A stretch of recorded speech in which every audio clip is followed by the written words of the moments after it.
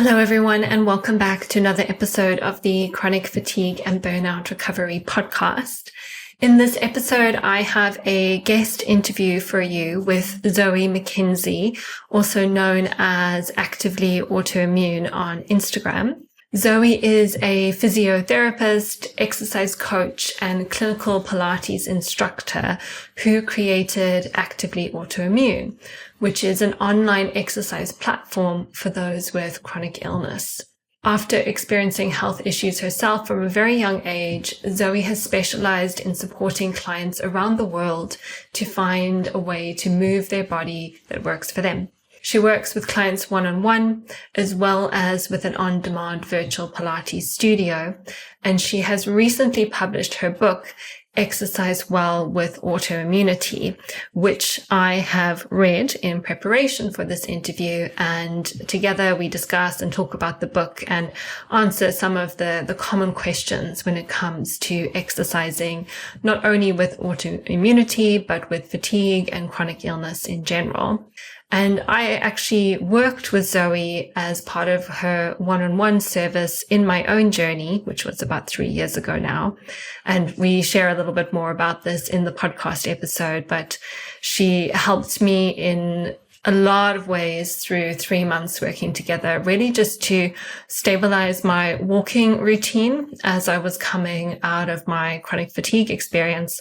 But I also can see on reflection and in hindsight, there were so many things that she was telling me to do that I just wasn't ready to hear at the time. And I also got in my own way a lot. So it's been wonderful to read Zoe's book from this side of the experience and just realize how much incredible insight she has. It's beautifully written. We will talk about it more in the episode, but if you haven't already, I would highly recommend that you get a copy of Zoe's book, Exercise Well with Autoimmunity. But firstly, please enjoy this episode. And if you haven't already left a 5-star review on iTunes or Spotify, maybe just pause right now. I will really appreciate it if you can just take 30 seconds or even less, 10 seconds from your day just to leave a review and then continue with the episode. Hello, everyone, and welcome back to another episode of the Chronic Fatigue and Burnout Recovery podcast. Today, I have a guest interview with the wonderful Zoe McKenzie, who was my exercise physiotherapist when I was going through my own chronic fatigue journey. And she has just written a book called Exercise Well with Autoimmunity. When I saw that Zoe had written a book, first of all, anybody who writes a book, I'm just like, I think they're the most impressive people on the planet because I know how much time and energy and thought and effort goes into writing a book. So then I reached out to Zoe and I said, oh my gosh, you've written a book. Please come on the podcast to talk about your book. And thankfully she agreed and she's here with us today. By the time you're listening to this, I would have done a little blurb telling you a little bit more about her background. But Zoe, welcome and tell us a little bit more about you and who you are. Hi, well, thank you firstly so much for asking me to be on your podcast. It's an absolute pleasure. And yes, as you said, I am Zoe. I'm a physiotherapist. I'm also an exercise coach and a clinical Pilates instructor, so very much obsessed with movement. And I'm also got my own health journey, as I feel many people who end up specialising in chronic conditions often do. So I had Ehlers-Danlos syndrome through my teens, basically. I did actually get diagnosed with chronic fatigue syndrome when I was a teenager, which I always forget to even mention because at that point, this is now many years ago, if I'm old, I think it was even less understood than it is now. And then, struggled through sort of my teens but managed. And then much later on, I sort of got diagnosed with lupus, which is when I started my online account at Autoimmune, I can remember it. And that kind of started more of a specialist in working with clients with chronic conditions, teaching online Pilates, and yes, to this book that I have written. So it's been quite a journey these last sort of 4 or 5 years, especially. Yeah, and I think that's how I found you, as people do, through Instagram. I was following your account, Actively Autoimmune, and I think like many people, if you've been somebody who's always been very physically fit and active and loved exercise, when you then go through this chronic illness experience, it's such a big loss in so many ways. Definitely. And I was constantly fighting myself to try and find some way to exercise. And, in that typical boom and bust cycle, like doing a little bit and then crashing and then doing a little bit and then crashing. And I think like many people, you just feel so hopeless and desperate. And at that point in time, I reached out and we worked together. I think it was for about 3 months, about 3 years ago, give or take. And I've been reflecting on that journey because I can see how at the time I was also very much getting in my own way, as I'm sure many of your clients do. Like, I think all the things that you were saying to me were like going in on some level. And we worked a lot with heart controlled walking. That for me was the kind of building block for everything else that I've since been able to do. And even though I thought I'm going to like spend money on this physio and she's going to fix everything, it doesn't work like that. I think I wish it did. I wish I could be the person on Instagram advertising this magical cure and you just have to do these 4 things and these easy steps. And as we know, it never quite works like that. And anyone that does suggest it works like that is probably scamming you for your money. So exactly. It's much more complex and much more of a journey. I think, as I often say, as someone who's so passionate about movement and helping people find a way to move with their body that works for them, I spend a lot of time telling people to do less and to rest more. And I remember that with you, especially Anna, of like, we'd kind of give an inch to try and take a mile. We're like, oh no, let's pull back again. So it's definitely, and often we need that. Like, you sometimes have to go a bit wrong sometimes in order to learn where your body's at. And it's part of that kind of journey. As cliche saying, it is a journey with movement when we have this diagnosis or being undiagnosed but have these symptoms to kind of navigate and cope with it. Sometimes it is just time and learning to work with your new body. But I'm glad that what we did talk about all those times is still somewhere in there that's helped you kind of, made as much progress as you have done now. Yeah. So. Absolutely, because I know we haven't really spoken much one-on-one since I stopped working with you, but I think we started with some really, really slow, short, heart rate controlled walks, and that would have been like January 2021. By the end of that year, I could do like a 3-hour walk. That's amazing. And it was as you said in the beginning, it was like starting with less. And I hated it's you. So hard. I also knew you were right. Well, that's what I think. I find it so hard in general when people's worlds are already quite small, right? Because we already have so many restrictions on what we can do. And sometimes to have to tell someone we've actually got to make that even smaller and able to eventually in the long run do more. People look at me and I can see they're like, Zoe, I really do hate you for this. Like, what are you doing? You're wrong. But yeah, I'm glad I was proved right overall, but understandable at the time.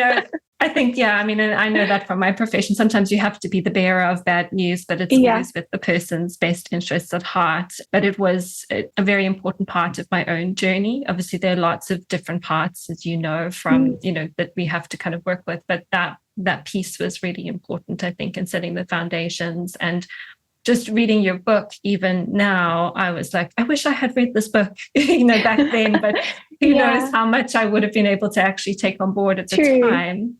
But anyway, I'm talking about me and we should be talking about you and your book. So no, you're much more interesting. Is there anything else just in terms of your own personal journey and your relationship with exercise that you want to share? Yeah, well, I guess similar to you in that I did love exercise kind of growing up. So it was a big part of my life. I was always quite active and sporty. I used to swim competitively as a young child teenager and dance a lot. And I got my first sort of injury when I was 13. I was actually in a wheelchair when I was sort of 14, 15. So my teens was very much hampered with sort of physical disability and pain. And then over the years, I had more complications with kind of gut issues, chronic migraine, POTS, all that kind of thing each year. But all through that, I still exercise a lot. So I actually went to Great Ormond Street early on my journey. And so from dancing and swimming, it became much more sort of regimented physio exercises, but I kind of was told how important exercise was again. And I was like, okay, I've got to look after myself. There's no one going to fix this or do anything for me. I've got to do it. And probably I was quite a conscientious person, so I took that very much to heart, probably too extreme. So I was very good at exercising, but in a kind of different way to my friends. probably pushed myself too much, and definitely on reflection, given how much my fatigue was, I had quite a lot of viruses, and on now I know so much more. Looking back, I'm like, I wasn't listening to my body. I was just pushing because I was in survival mode, and I felt that's what I need to do to just keep going, which I did. It kind of worked. It got me all the way up through uni. Just started to work as a physiotherapist in Australia when I then became very acutely unwell and got late diagnosed with lupus. And for me, that was a real stop. Everything came to stop at that point.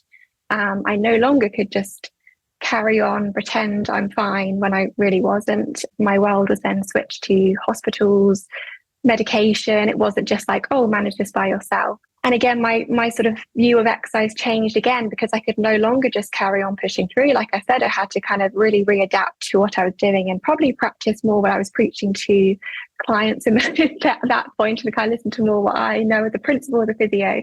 And yes, I had to really learn to listen to my body. And again, I was in a wheelchair for quite a time because my joints were just so swollen and painful. So I had to sort of learn to navigate walking again and building back up again.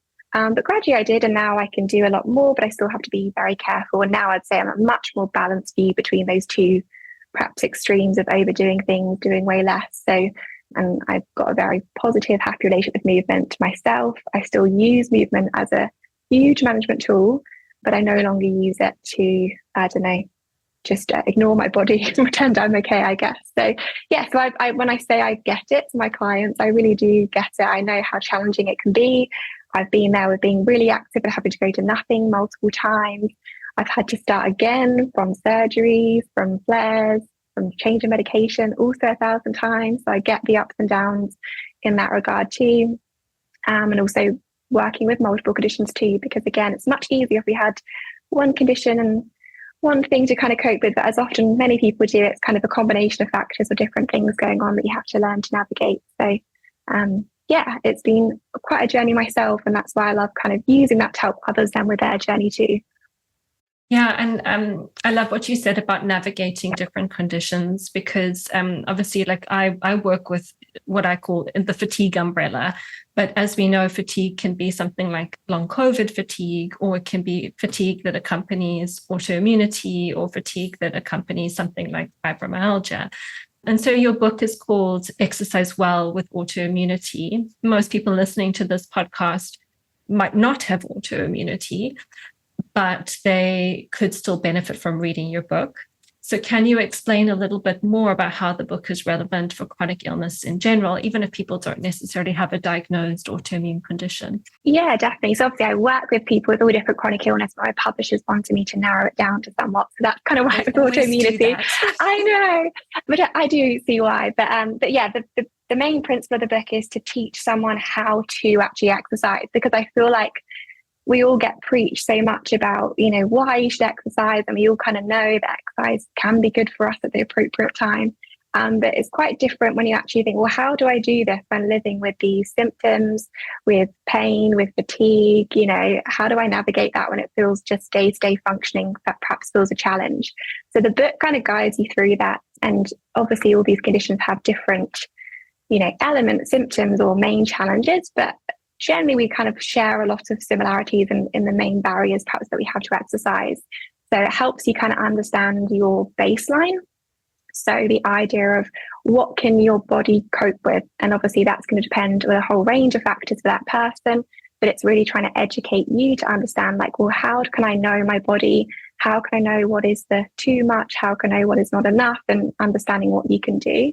And then from there, it kind of gives you all these options of how you can possibly move. So I wish I could say again, like we joked earlier, that we could just follow these simple steps and it's all done, but there's so much nuance and it depends to all these factors. But the idea is to give you that kind of guide and that information so you can sort of work out what works for your body and also what matters to you too. If you're not interested in walking, then you're not going to try and do loads of walking, are you? So it's kind of trying to find different options that perhaps work with your body now.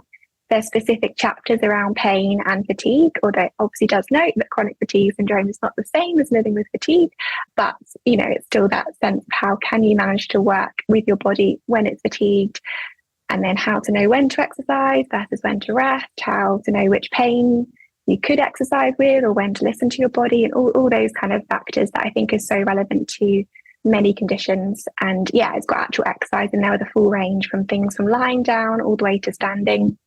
There's plenty of options of ways to progress and regress. So again, it's all about trying to work out what works for you. And no one's going to be the same, even with the same conditions. So that's why it was quite a complicated book to write. Yeah, I mean, as I said already, I've got so much appreciation for anybody who writes a book. And I would really like to write a book one day myself, but also knowing the complexity when you are working with these nuanced conditions and what to include and how to include it, because you could go down so many rabbit holes and just completely get lost. And the research is still not, there's some research, but it's not as, do this many times a day or week, and we don't have that yet. So as well as that, it's based on what is the research and what's the guide versus what you can, what's advisable, what's clinical experience. So sadly, it's not simple yet, but who knows, in the future, everything might be a little bit more of a clear pathway of how to move through things with our bodies, but not yet. Not yet, but I think it's like people like yourself are leading the way in terms of just getting this book out there for people to read. And I'm sure so many people are going to benefit from reading it. And I absolutely loved reading it as well. Like, just very honestly, I thought it was very well written, and your personality came across through the writing. Thank you. That was really important to me. I was like, I don't want to be preachy. I don't want to be adding more things that people feel they have to be doing with their bodies, because I feel we have enough to juggle. I very much feel like, we need to be more compassionate to ourselves. And I wanted that voice to come through.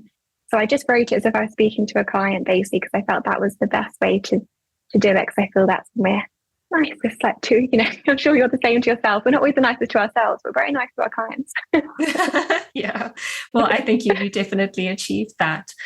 Kind of just coming back to exercise generally, as you mentioned, it's confusing. Like, if you're in pain, what do you do? How do you know what your baseline is? Can you exercise with fatigue? What exercises are appropriate for you? How to progress? How to regress? When? All of these questions. And I can imagine somebody who's already not feeling well is probably going to go, this is just too much. I don't even know where to start.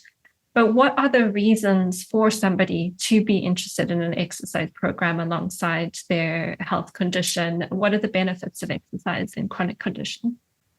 So, I mean, physically, we've got all the benefits of people without chronic conditions obviously help us, but often even more importantly so, whether that's because of medication we're taking or whether it's because of change of our general activity anyway. Sometimes those benefits of improving our strength, our cardiovascular fitness, our metabolic health, our bone health are even more important to help support our general body's ability to function. More specifically to perhaps chronic conditions is then things like helping to manage our pain, helping to improve our sleep quality, helping to improve our autonomic tone, because it can really help regulate our body. Also helps to improve with inflammation when done in the right dose for you. But also psychologically, there's something that's really supportive about movement that can help us reconnect with our bodies. So often when we've been through trauma with our health, physically or mentally with what we've been through with it, we kind of disconnect quite a lot and almost try and shut off our body, which is still the opposite of what we want to do. So movement helps us reconnect, tune back in, become more aware of things and work with our bodies much more. Obviously, we can get endorphins, although I'm hesitant to say that because many people who find exercise a challenge go, I always thought, after exercise, and that's the least thing you want to hear, is that it can make you feel good.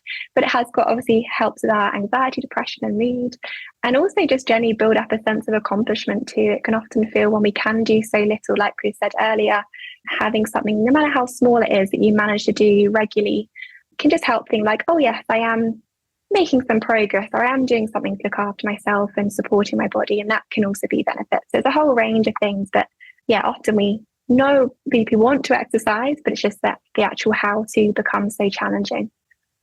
Yeah, and I think as well, you have a whole chapter in the book which you dedicate to goal setting and intrinsic motivation. And I never needed to be motivated to exercise. I was like the opposite. I needed somebody to like hold you back. But not everyone is like that. And I think, when people are not feeling well, they're in pain, or they feel lethargic or tired, and they maybe not so wired towards movement, they maybe need to work on some sort of intrinsic motivation. So can you explain why that's important for people with chronic illness? Yeah, so finding your why is even more important because exercise or movement is probably going to look quite different to what you may have done in the past or what others around you are doing. And your goals may look very different. And some people may not even like to set actual formal goals because that can seem demotivating in itself if it feels also very hard to set. If you think about the classic SMART goals, having all these key factors of measurable and time and specific can be impossible when it feels like your health is perhaps fluctuating somewhat or the goalposts are being moved. So just focusing on why you want to do that for you is really important. So we have even more barriers than your typical person that might prevent us from exercising or things we have to work through. So I say, what is going to help you get on your mat or start to move when you're feeling kind of rubbish? So having a strong reason for you, that means more than just saying, I want to be strong. It's like, well, why do you want to be strong? What's that going to enable you to do? And really try and make it specific for your own particular situation. It doesn't have to be anything dramatic, like I want to be able to walk up a mountain one day. It might be I want to be able to squat down to pet my dog more easily. It could be really simple, small things that we're perhaps aiming for, but it helps to kind of have that intrinsic motivation, like you said, that isn't around comparing to what others are doing or comparing to your past self or putting a ton of pressure on yourself for future you as well. It's kind of being more present in the moment of like, why does this matter for me at the moment? And why do I want to spend my energy on this? Yeah, I mean, this is probably a little bit of a tangent, but I've just finished reading the book Outlive by Peter Attia. I don't know if you've heard of it. No. He's a medical doctor in the US, and it's basically like a longevity book, but he talks about planning for the last decade of your life. So the last decade of your life, like what do you physically want to be able to do? It might be like carrying your shopping bags or putting a suitcase in an overhead compartment when you're traveling or being able to walk up a flight of stairs, like that type of thing. What you were saying is kind of reminding me of that book because it's just really taking goals that improve your quality of life and give you more function and give you the ability to do more and be more in the world instead of these like massive goals, you know, like climbing a mountain. It's like, if I do my exercises, you know, then I can go to this restaurant because I'll be able to walk up this flight of stairs, you know, whatever it is. So I also think it's about finding things that perhaps bring you small moments of joy as well. It doesn't, you know, often the big things we think, oh, if I do this massive achievement, I'm going to be so happy and feel so proud of myself, and actually going, well, I can feel just as accomplished from managing something small, like you said, that means a lot, will make a difference to my everyday life. And I think that's really important, especially when you're in the sort of trenches of chronic illness and life is really challenging. Finding ways that, you know, you can enjoy yourself and almost feel pleasure from doing something that, you know, brings you that joy is just as important as those bigger goals. And you can have both. I mean, you can have a whole range of things. The main thing is at least having something that makes sense to you and your journey that is going to help you find that consistent approach to movement and make you kind of build that habit that helps you sustain it over time. And on the note of consistency and sustainability, you also talk about barriers to exercise because barriers are things that prevent consistency and sustainability. So when we have fatigue, we need to move, but sometimes we're actually fatigued and we need to rest. And that can be a little bit confusing for people to know because that's a barrier to exercise. Do I listen to this fatigue or do I not listen to this fatigue? So how do you suggest that people navigate that? Yeah, firstly, I think definitely not alone. It's one of the probably biggest conversations I have most regularly with my clients through coaching. And it's also one of the hardest sort of things to navigate, I think, during the process. I think if we don't want to ignore fatigue, because obviously that can be both dangerous, but also not about working with our bodies. 9 times out of 10, when people say they didn't exercise because they felt tired, they often go down the route of like, oh, I was being lazy, I should have pushed myself. And I say like, no, I think you were just really, really tired and that's okay. So I think most of the time when we perhaps are thinking, oh, I should have done something, you can take away that should voice and just go, it's absolutely okay that I rested and that's probably what my body needed. I do understand the flip side of that though, is if we wait until we were never fatigued, we may not exercise. So to understand that balance is definitely tricky. Shortest way of answering that is, I guess, by saying the more you listen to your body, the better. And I know that is one of the hardest things probably in terms of that. But the more you know your body, the more you can start to tune into what's your body actually trying to tell you. So are there warning signs because of something you've done sort of before? Are there little signs to tell you that, okay, I can tell I've pushed my body a little bit already, therefore I probably do need to rest, or actually, no, I'm okay, I'm just going to take it more easy in what I'm doing? Or is it all kind of systems going, no, absolutely rest? So the more you can tell sort of along that spectrum of what your body is trying to communicate to you, the easier it becomes to navigate what to do in that moment. And sometimes you can use tools. I'm sure you, Anna, use loads of tools, your clients too, but I have many tools with my clients that can help them with that. Sometimes it could be sort of more objective data, like looking at, smartwatches or things that tell you, your readiness score, your heart rate or heart rate variability, that gives you a rough idea. Other times it could be using more sort of analogies, like I like the traffic light analogy of sort of red, amber, green. That helps you kind of know, like, I'm already at amber, so I might decide I will rest because I don't want to push my body when I'm already kind of pausing things if I'm not feeling so great. But remember, it is this kind of spectrum that might not be one extreme to the other. And often having that all or nothing approach doesn't help things. So often I say, if you're really not sure, try and do something where you are. So you might be sitting on the sofa and you start doing one mobility exercise and you go, actually, now I've started moving. I feel okay. I feel better from moving. Or if you start to move and go, oh no, my body's saying I feel worse, or this is not helping, you go, okay, I need to rest. So sometimes just easing into something can be a useful way to describe. But 9 times out of the 10, I would say, listen to your body and rest. You're not being lazy or demotivated. It's probably that you're more fatigued than you realize. Yeah. I always think of like part of the journey that we have to go on is this journey of getting to know ourselves better. And I think in the beginning, I would put myself in this category as well, we can be really disconnected from what's actually happening and what we think is happening in the body. And there needs to be a little bit of self-compassion with that, because, it's like building a new friendship again. It's like you're definitely not going to get it right all the time. And I think, as you previously said, that sometimes we need to mess up several times to eventually start to refine how we, treat ourselves. Yeah. And our baseline constantly changes. So I think it's kind of inevitable that sometimes, I always say, if we obviously have a decline in our health and our baseline worsens, we have to reassess and work out what can we do within that. And then if we do improve, it's also hard because we have to reassess now with our increased sort of opportunities for activity, what we can do. So sometimes there's a trial and error, but it's doing that trial and error in a safe way. So, it's not ignoring your body so much and waiting for the massive crash to happen. It's trying to find those early signs. So if a client says, like, I get no warning, it just hits me, I'm like, often gradually over time, we can start to tune in, like you said, reconnect to your body and start to notice those much more subtle signs where it's easier to go, oh, okay, I'm going to pause here before I've pushed it that far. And that becomes really hard. And like you said, it is time, learning, to kind of get yourself in a position that you can do it in the moment. I think initially we get very good at reflecting back and go, oh, looking back last week, that wasn't so great, but it gets hard to do it in the moment. But over time, it becomes easy to be in the moment and go, actually, I'm going to choose to rest at this moment, or, change what I'm going to do.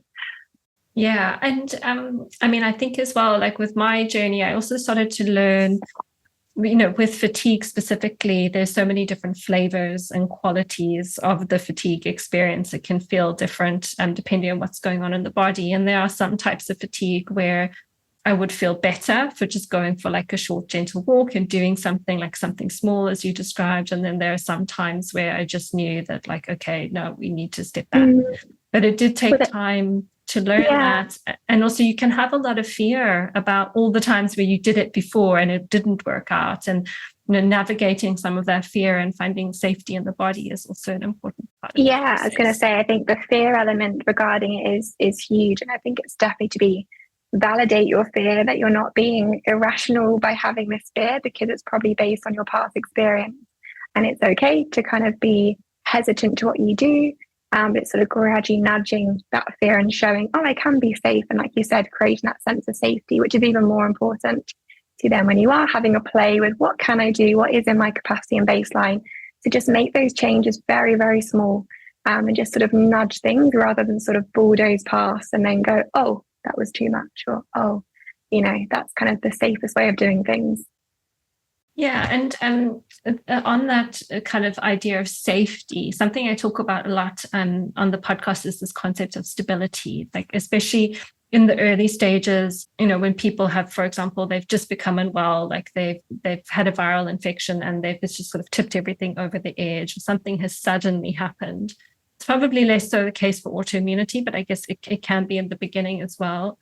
The whole kind of physiology of the body is very unstable. And I talk about like how we just need to stabilize, create stability in the physiology. And exercise can obviously be a destabilizing component if we do too much, too soon. And so how do people know when they have enough stability to create a movement routine? Because I think sometimes people, they really want to get going with the movement side of things, but they're just not sure. Am I stable enough? Is it time yet? Yeah. So and again, there's a lot of fear regarding if you're not stable, and obviously we know the negative consequences of pushing the body with chronic fatigue syndrome and ME particularly. So absolutely. So in terms of stability for adding in movement, I again tend to come back to the idea of the baseline and what a client is able to manage on a typical day. So what their routine is looking like, is it stable and what they can manage and repeat? Are they in quite a boom bust pattern? Is it they get a few days of high intensity and then low intensity days? If they are getting flare, what are their symptoms?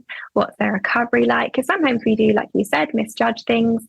We might have a symptom day or two, but generally recovery is okay because the body's more resilient. Whereas if it's taking weeks or even months, or they don't feel they're ever fully recovering, we know they're not stable. So there's a whole sort of ton of factors in there that give me a sense of like what the stability is like on a regular basis, and getting a sort of bigger picture rather than looking at a particular few days or a week. And it's that kind of wider picture of it overall.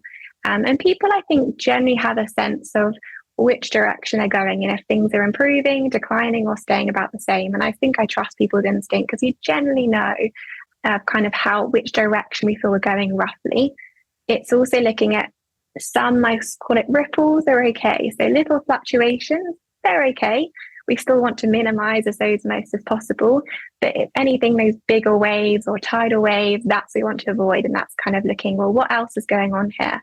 Also zooming out, which is probably more of your than area of expertise, but looking at those other factors. Have they got the base factors in? What's happening in terms of their other health, their nutrition, any medication changes? Have they recently had a virus or anything big changes like that going on too? So really zooming out to get as big a picture as possible to see where they are and what they're doing. And then if they are managing, if everything else has kind of stayed the same for a while, if they're managing a sustainable routine that they can repeat day in, day out without any of those big boom bust or, patterns, then we can start to look at adding in a tiny bit of movement. And the idea is that nothing else should change. So you should still be able to manage the same routine. You should be able to manage your daily activities without any kind of changes. You may feel a teeny bit tired after exercise, but not enough that it wipes you out for the rest of the day or any days after that. So we're really trying to almost add that drop of water in without causing any further ripples, and we add in movement. And I think everyone's quite different with that. Probably you find that with your clients too. But like you said, some people really are so keen to move, and they will start perhaps at a time where, if I was, I'd probably say wait a little bit longer, but they so are craving movement. And that's okay. We might just start with very gentle mobility movements, or range of movement work or breath work. So there's still a way to inject movement in a safe way. Others want to wait further along in their journey till they can do much more functionally before they even think about adding movement. And it's okay to be on either end of that spectrum, anywhere in between. I think it's quite personal about when you feel ready for exercise. Given what we said, there's so much fear and worry, and depending what their own experience has been prior to that point in their journey about it, to what that looks like. But typically, that's kind of the main things I look for in instability.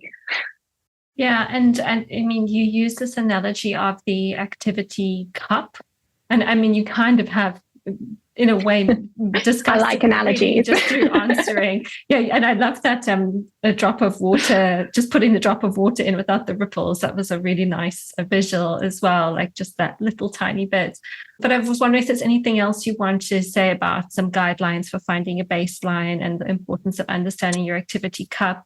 maybe if it's helpful, I had somebody message me through Instagram this morning who had a vaccine injury, built up her baseline, now has experienced a reinfection. So baseline has gone backwards. And then it's like, sometimes it's this idea of like starting over and like, where do we even begin now?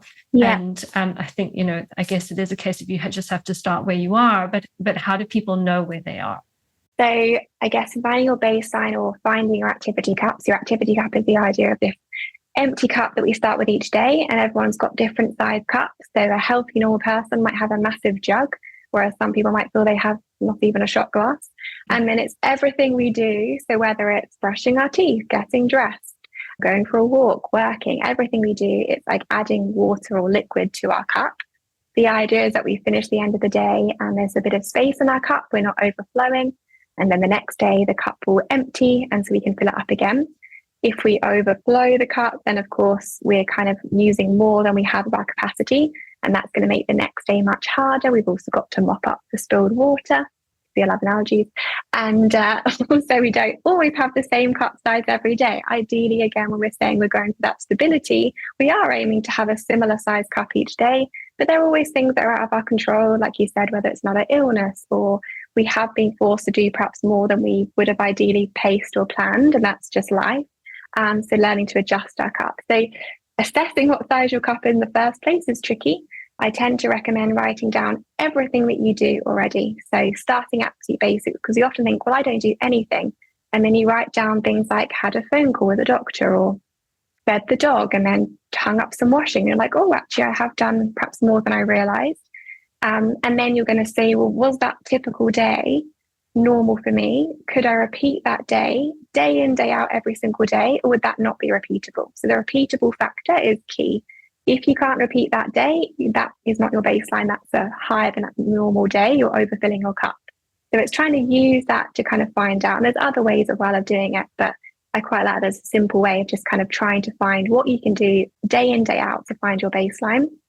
And then in terms of kind of adding a movement, like we said, that little drop that we're adding in, it's trying to add that to your cup without getting that spillage, without overdoing it and creating more of that sort of knock-on effect the days after. So adding exercise or movement should not trigger any sort of changes in your cup capacity for the following days after that. Finding when you've had that kind of setback and you're not sure where you're at again, what can you do that's in your capacity right now that you can repeat day in, day out, even if it feels way less. And it's sometimes letting go of some of those comparisons of even where you've been further at different points in your journey. It's really coming back to where am I in this moment? What can I do? And I really like the idea of getting people to write things down, because I know sometimes I'll speak with clients and there's a bit of a disconnect between how much is actually happening in a day and how that's impacting them, physically. And that idea of is what I'm doing repeatable day in, day out. I think that's a really nice exercise for people. I don't know if you use the 3-day window as well, but often people kind of go directly what they've done and direct consequences. And as we know, it's not always as simple as that. It can, it can be less of a direct cause and effect. It can be stacking several things. So individually, you managed all those things perfectly fine, but because you put them on one day or several days in a row, that's what then triggered sort of this increase in symptoms or your body struggling to cope. So I like looking at 3 days as a simple way of pacing and going, what did I do yesterday? What am I doing tomorrow? What am I doing today? To give you this kind of little snapshot of like to understand, to help you adjust the levels. Because obviously, like I said, perfect pacing doesn't really exist, as we know. We can do our absolute best, but there's always something that might just throw that off, or we choose to do something, or we choose to push ourselves because of something else going on, or hospital appointments and doctors. That there's so many factors that can just change it, and it's knowing how to respond to that and adapt rather than panic or ignore the fact that's happened and just keep going as normal. So we have to be quite responsive to what's happening and adjust then. Okay, I did do more than I wanted to yesterday. So today I'm going to perhaps reevaluate or reassess what I was planning on doing and bring that down a level. Yeah, and I think as women as well, I'm not sure if this is true for all your clients or many of your clients, but I know that my capacity is very different depending on where I am in my menstrual cycle. So like Definitely. second half of the cycle when I've got lovely progesterone in my system, I'm just like great. But then you know, when my estrogen and when all the hormones are lower, then like it just can't, you know, the cup is smaller just naturally. And I think that's also what makes it really tricky to navigate for some people. Yeah, and that comes around so quickly, doesn't it? It's like, oh, we've just got over last month and it's here again. I've actually got clients that have specific programs for that point in their cycle where their energy levels drop. So I think again, it's just great how we can become so in tune with our bodies, and that just helps their expectations and knowing like, okay, I'm here. I'm not going to try and challenge or push my body when it's not in a place to do so, and that's okay. I know I've got another question for you, but I just wanted to jump to this one, which is you use this analogy because you love an analogy. I do. Exercise as a dial. So it's not like a start-stop, but I guess it's like a turning up, turning down. Can you explain this a little bit more? Because I thought that would be like really helpful. Yeah, so I love this idea. Like I think we've already mentioned a few times that, you know, so many of us can be slightly all or nothing, or like you said, on off. And we have this approach to exercise that we might go, great, I'm good, I can exercise, and nope, I suddenly can't. And it can feel very start, stop, and also can feel really frustrating because it can be you just start to build up some momentum and then something happens, or like I said, it's a part of your cycle, you've got lower energy, or you get a slight cold or something that just knocks you again, or you go on holiday and you had to stop because you had to use energy on other things. And so it just becomes really frustrating, like you're not making any progress. So I much prefer the idea of a dial that just means we can kind of turn things up and down depending on what's going on for us and these other aspects of our health or our life that's impacting our ability to exercise. And it's also a much sort of more flexible view of looking at it, because we can just constantly do these micro adjustments to adjust to how we're feeling on any given day, rather than going, well, I can today, so I'm going to, I don't know, do everything I had planned. But then the next day I don't feel as great, so I'm going to do nothing. It's going, well, actually, I might do some rather than none, or I might just adjust, or I plan to do some strength exercises, but actually I don't feel like that. I'll do some gentle mobility or just some breath work instead. And that kind of ability just to kind of move us down and adjusting the dose of exercise, as well as perhaps when we do or how we look at exercise, can be really much more flexible. When we're too rigid about things and like those one extreme to the other, I think that actually stops us more. And if we have this idea of doing less and doing more sometimes and kind of working with our bodies more. So again, I just really like that image of how we can do this. And personally, I find that really helpful myself, because I had a long cycle of infections with my bladder. And every time I got an infection, it just felt like everything stopped. And I had to start again and again and again. And then I had this idea, well, I can just continuously keep going, but the whole time I'm just adjusting it to meet my body where it's at. And suddenly that tiny mindset change was then huge in how I viewed exercise myself.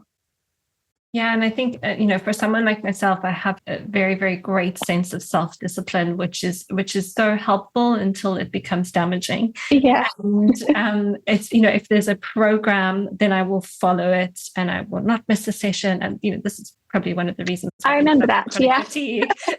But because it's you override your body so much because you're disciplined enough to do so. But that idea of a dial, especially because I know that my energy levels will fluctuate based on my menstrual cycle, it's like I can now, as you say, turn that dial up in the second half of my cycle and turn that dial down around in the earlier half of my cycle around menstruation. And it's like you don't need to stop. You just take down the intensity of the session or the duration of the session, or you don't. And it's not a step back either. It's not I think we often think if we reduce things again, it's like going backwards, and it's not. You're just adjusting, you're just working with your body in that time. So I think, again, it helps let go of that, this kind of fight for progress. Obviously, we'd love to get progress all the time, but I say to my clients, it's okay if sometimes we switch things for maintenance setting. We just turn that dial down just to maintain where you are. That's okay. And sometimes when there's lots of other things going on, or you've had a change in medication, or, something else has happened to you, it's okay not to be constantly pushing to, make that progress. And it's also okay just to be. Like, I think sometimes with chronic illness, we're constantly striving to improve and get better. And that can be exhausting itself. So it's okay just to do what you feel like you want to do, just to maintain where you are and support your health in that way, without kind of trying to better yourself all the time. Yeah, absolutely. I think that was a really big shift for me, this idea of what can you be consistent with versus progress with. So it's about the consistency of working out on a consistent basis or moving on a consistent basis versus trying to progress on a consistent basis. It's like just making sure you're doing it and you're showing up and you're moving your body. Yeah, and the enjoyment. Again, we can do things because we enjoy it, not because it necessarily is, well, that does bring us benefit, but, not because it's not working towards our goal. It doesn't count. It's just like, again, being in the moment with your body and what you can manage in that part that, you just, again, that maintenance mode or just doing it because you want to do it or choosing to do it, that's all okay too. So all counts. It does all count. And just coming back to then a few more kind of more practical questions. Yeah. In your book, you talk about the 3 core areas: strength, mobility, cardiovascular exercise. And you have some example programs that you've written for clients on how to structure the week with a combination of these different things and rest, of course. So what's the importance of each of these? And generally, how do people think about structuring each of them into their week? Yeah, so in terms of my priority, I'd say strength is number 1, obviously because it's improving our muscular strength, it improves our ability to function, and obviously our health supports our joints. But also, especially if you're new to coming back to exercise and not doing a lot of activity, it does have cardiovascular benefits too. So if you're to pick just one thing, strength is a really good place to start. And you can often tailor it down so much more than cardiovascular exercise, which is much more obviously demands of higher energy. I think when you say strength, people often imagine weightlifting in the gym, and obviously that's quite an extreme way of doing it. So we can bring it all the way down to doing basic movements in bed. Again, it depends on your starting point level, because some people, for building strength, it can be bodyweight exercises or holding very light weights. And as you progress, you want to obviously increase the demands on the muscle to promote that change and create more strength. So we obviously can increase from there. But what I mean is you can start at a low level. So it's a really great point to kind of add something in. Cardiovascular exercise, obviously great for our cardiovascular system and for our general health too. Even more so for when you've got chronic illness, like you mentioned before, it can be great for improving autonomic tone and helping your body learn to regulate again when doing cardiovascular exercise in the right kind of way. So things like your horizontal forms, so things when you've got postural orthostatic tachycardia syndrome or not dysautonomia, or like we worked with you about trying to increase your capacity for walking by helping to monitor your heart rate and stay within your aerobic capacity. So there's lots of methods you can do to build up slowly that way. Can be quite challenging to add in though in terms of those demands. And also not to forget that just walking around the house, getting dressed, everyday function, we're all still moving. So again, depending on your starting level, you can be doing cardio, just doing basic home chores at home. And then mobility is one of my favorites. It's just a way of moving basically. So it's a little bit different to stretching in that we are focusing on moving through a range of motion that we can control. So it's much more of an active range of movement versus stretching, which tends to be more passive range of movement exercises. So it tends to be a little bit more comfortable or safer for the joints. That's not to say that stretching is deemed bad at all, but it can be quite intense for our nervous systems, and mobility is just a great way to build up that level of movement. So mobility is great because it's very calming for your body too. So because it's such a gentle way to move, it can be great to kind of stimulate more of our parasympathetic nervous system, help to really breathe, connect back with the body. So we often use it as a way to kind of wind the body down at the end of the day, or if someone's feeling too fatigued to perhaps do their strength program as planned, they can use mobility as a way to still move and a way to keep that habit of movement up in their routine, but not the intensity. So like we said, on that dial, like adjusting things down to work with your body in that moment. So they've all got different benefits, and also what you create as your own schedule of movement can be very different depending on your own goals, what you enjoy, what you get out of it, if you like being outside versus if you like being able to exercise from home. But generally having some kind of movement, strength and cardio in your kind of structure is ideal. But if I was starting with one, I would start with some very gentle strength work. The other thing I wanted to ask you about was pain, because I think sometimes pain stops us from exercising, and sometimes when we're in pain, we shouldn't exercise, but then sometimes it can be really helpful to exercise when there is pain. So I know you go into more detail in this area in the book, but is there any kind of thing that you could say on this very briefly now? I think going back to what is pain can be really helpful to understand in the first place. So pain is one of our body's protective mechanisms that help the body communicate what's happening. and it's perhaps sensing that the body feels it's in danger of some sort. Pain does not always equal damage. And I think that's what people most worry about when exercising, is that if having pain means something is dangerously wrong with their body. So a bit like we did with fatigue, it's trying to tune into the body. What's the body trying to tell me in this moment? It's definitely not ignoring pain. We don't want to ignore pain or shut it off. It's really important we do listen to what the body's telling us. But like you said, it might be sometimes it can help to move because the body doesn't like being still. So say you've been stuck in bed. I know when I've had a particularly bad migraine attack and I have to be still for sort of 24 hours, my body's hurt because I'm craving movement, and actually doing some gentle mobility can be really helpful. Other times it's like, oh, no, my body doesn't want to move. That's kind of making the pain feel worse. So it's trying to help the body feel safe and working within what the body feels it can cope with. So it's learning what feels right for you and your baseline of what your baseline pain feels like. There's some people that live with very high pain all the time. Their baseline of what they tolerate of pain is probably going to be quite high. But if someone's got no pain and gets some pain, obviously that's going to be quite different experience for them to go, well, what's happening here? So it obviously depends a lot on what that person's baseline situation is. Generally say new or unexplained pain is the most thing to pay the most attention to, and perhaps pause on the exercise until you know what that is or what that means. Things that feel familiar to you but perhaps aren't responding to your normal methods of pain relief or management of pain, you might just monitor more closely. Things that you recognize and can work with, it might just be you modify the exercises more given that your pain's higher. So like you said, it's not a black and white, I exercise with or without pain, but much more investigating what does that pain mean to you? What's your body trying to tell you? Can you help your body feel safer in this moment and therefore help that pain?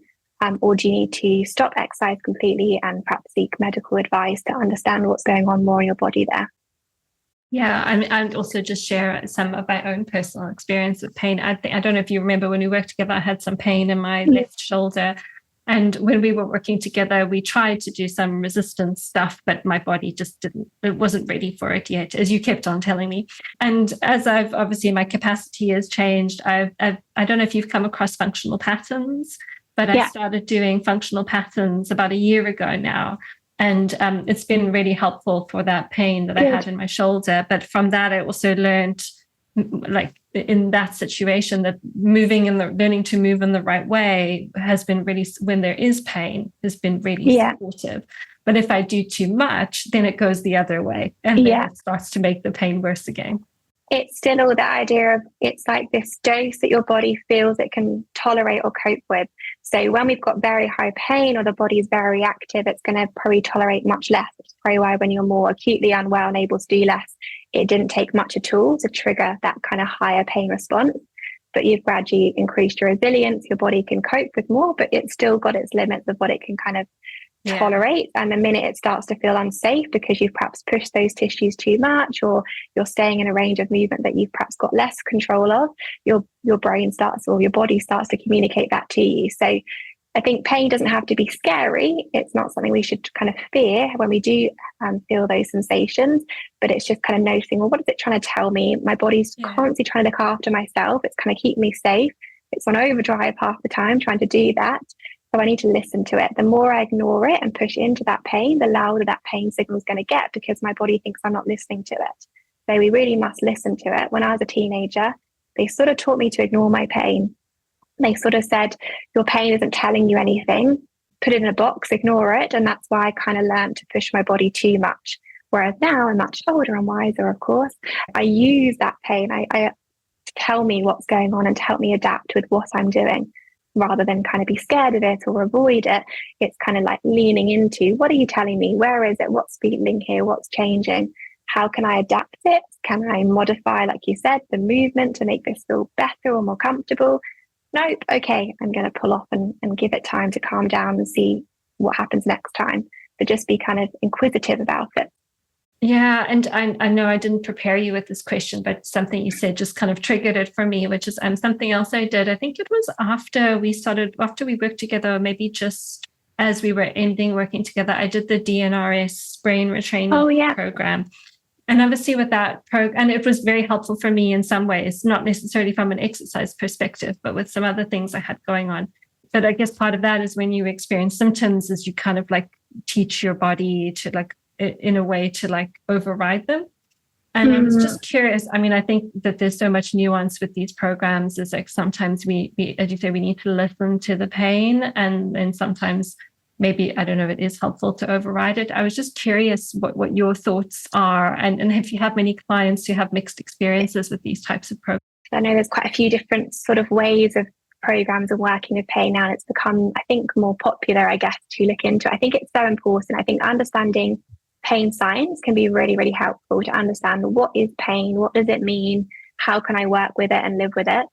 Some clients found big or huge benefits from doing sort of pain work. And like you said, I think it depends what it is. So I know I've had clients with migraine who found that really successful. I think we don't want to go down the narrative of trying to say, like you said, ignore pain. But I think we know that pain becomes amplified. So it's like plugging into a speaker and saying that pain becomes really noisy, and anything we do triggers this really loud noise.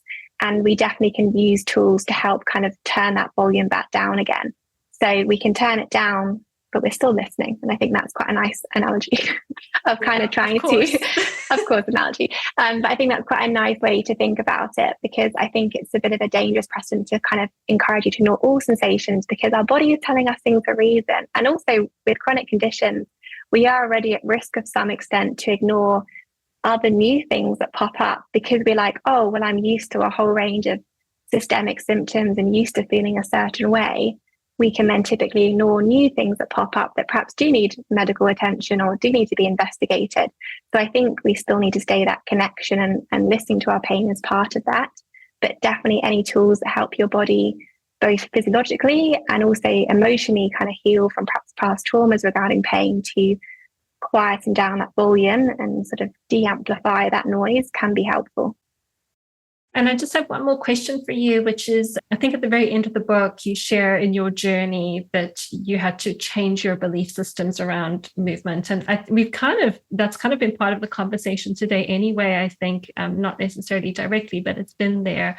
And I know my belief systems about movement have also had to change, and I'm sure many of your clients as well. So what unhelpful belief systems did you have, and how have you been able to reframe them? I think I was definitely part of the all or nothing crew.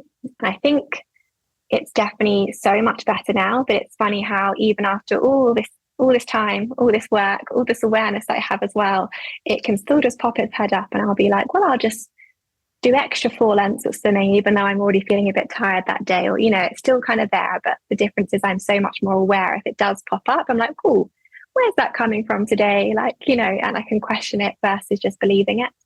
And also that probably links in with perfectionist. So I've always been a bit of a perfectionist, and kind of what's good enough to count. And I think a lot of clients, again, relate to that. It's kind of, well, am I doing enough for it to count? But I also don't want to do too much. And so I used to kind of push myself to do what I felt counted, or trying to keep up with what I used to be able to do, or what my peers were doing, or, always the time that pushing myself. Whereas now, like you said at the very beginning, I give myself so much more self-compassion. I think when my body is already having to work so hard just to function, exercise is a tool to help support my body. I'm not here to punish it or, push it past what it can cope with all the time. So I'm much kinder to myself. And if I can't do as much as I expected, even if I feel I've lowered my expectations that particular day, and even when I get on my mat, I still have to lower them again, that's okay. It all still counts. I think I'm so much better at that mindset with myself. And I hope that's what I share, particularly with my clients on Instagram, is this kindness to ourselves, because having any kind of chronic condition is hard enough as it is. And I think being hard on ourselves on top of that just is the last thing we need to do. And we know that pain obviously amplifies that critical voice too. So there's so many things going against us. So the most we can be is our biggest cheerleader and say, you're doing a great job, you're trying your best, and that's all that counts. I've got goosebumps listening to that. And I resonate with all those belief systems as well, because I think that good enough to count club, I was definitely like lead member of that or something. So, is there anything else you want to say as we wrap up? Tell us about the book. Where can people find it, and where can they find you? And then anything else you want to share before I let you go? Thank you. Well, yes, the book is available now, very excitingly. So you can get it from Amazon, Waterstones, or like UK booksellers. Paperback in the UK is out now, I should say. The paperback in other countries, such as Australia and America, is available for September. I'm so sorry that you have to wait. I wish it's all available at the same time, but you can still get the audiobook and the ebook in those countries now as well. You can find me on Instagram at Autoimmune and on my website, www.autoimmune. And you can see how to work with me for one-to-one coaching. And also I do an accessible on-demand online Pilates studio with bed Pilates, which can be done from your bed, fully horizontal classes, and then also chronic Pilates that are just a slight level up, but both classes have plenty of adaptions. And as my main message is, it's just do what you can when you can. So very much supporting you to rest, to take breaks in classes and not push yourself. Yeah, but thank you so much, Zoe. And do you have any final words you'd like to share with the community before I let you go? Well, normally I do share my do what you can, when you can as my ultimate phrase, because I feel when it comes down to it, that is the main principle. Like I said, be kind to yourself throughout your journey and stay within what feels right for your body. Because actually, I think we're often wiser than we let ourselves believe or think. So you often know more what your body needs intuitively, but we tend to ignore it. Yeah, absolutely agree. Well, thank you so much for your time. I have to share very quickly, I read your book on my phone because I couldn't work out how else to read the PDF. Zoe sent me a copy in advance. And then I was like, I don't really know how to get this on something that's readable because I didn't want to have it on my laptop. So I kind of read the whole book on my phone. But even though I did that, it was still a wonderful read. I got, even having lived through this experience myself, I got so much from reading it. And as I said, beautifully written, loads of analogies, loads of diagrams, and just such a great resource for people to have and read, whether they have autoimmunity or some other chronic health condition. So thank you. Thank you for all your time and effort. And I think it was 2 years it took you. Yes. I mean, I think the whole